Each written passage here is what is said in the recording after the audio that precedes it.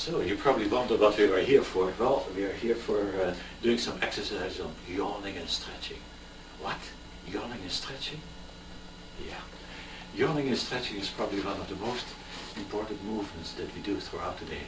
Or actually, we're supposed to do it throughout the day, but most of us, if you yawn, it goes like, oh, I'm sorry. Or we hide it from anybody. Right? Of course, before you go to bed, we're supposed to yawn and stretch. And in the morning we're supposed to yawn and stretch, but you know, it's socially not acceptable and we don't have time for it, so we rush into work and we wonder why during the day we are so tired.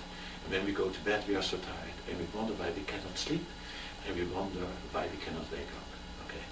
Now, this yawning and stretching is actually one of the most important self-healing mechanisms that we as human bodies have built into us.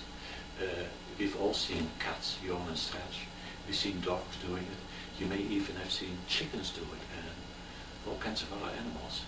We are probably the only kind of being on the earth that doesn't really appreciate that self-healing mechanism. It's kind of a thing that you do secretly in the closet. Right? Now we all know that yawning and stretching is very catchy. If somebody yawns, everybody else yawns. So it must be something that we all need.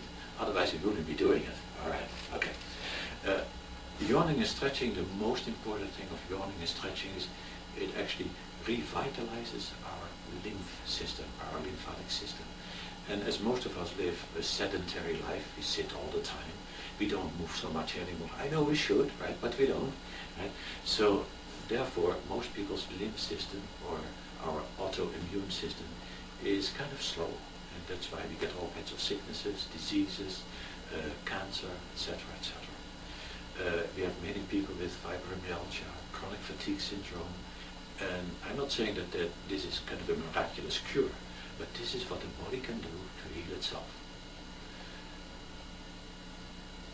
The brain, now this is going to be kind of a new thing for most people, the brain consists totally out of brain cells, of course, and these brain cells are actually fat cells.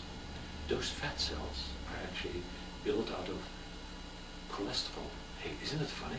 So that cholesterol that people have in their blood running through their veins, which is supposed to be so bad for us, our brain is made of the same material. It's interesting, isn't it? So I really wonder, why do we have cholesterol in our blood veins, and why is our brain cholesterol mostly, and what does it have to do with each other? Well, actually it is something like this.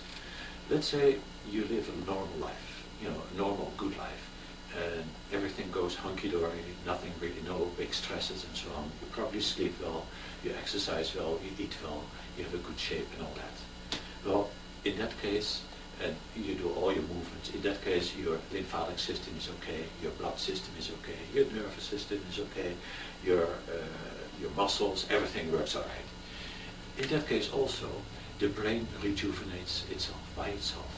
Every day it gets rid of the old brain cells, and every day the lymph system, the blood system, they take care of the fact that the old brain cells get replaced with new brain cells. So every day is a new day. Now, most people, of course, don't live that normal life. No, what's happening is, at the end of the day, you should have done this, you should have done that, or you should not have done this, and you should not have done that. And you go to your bed, and you can't sleep.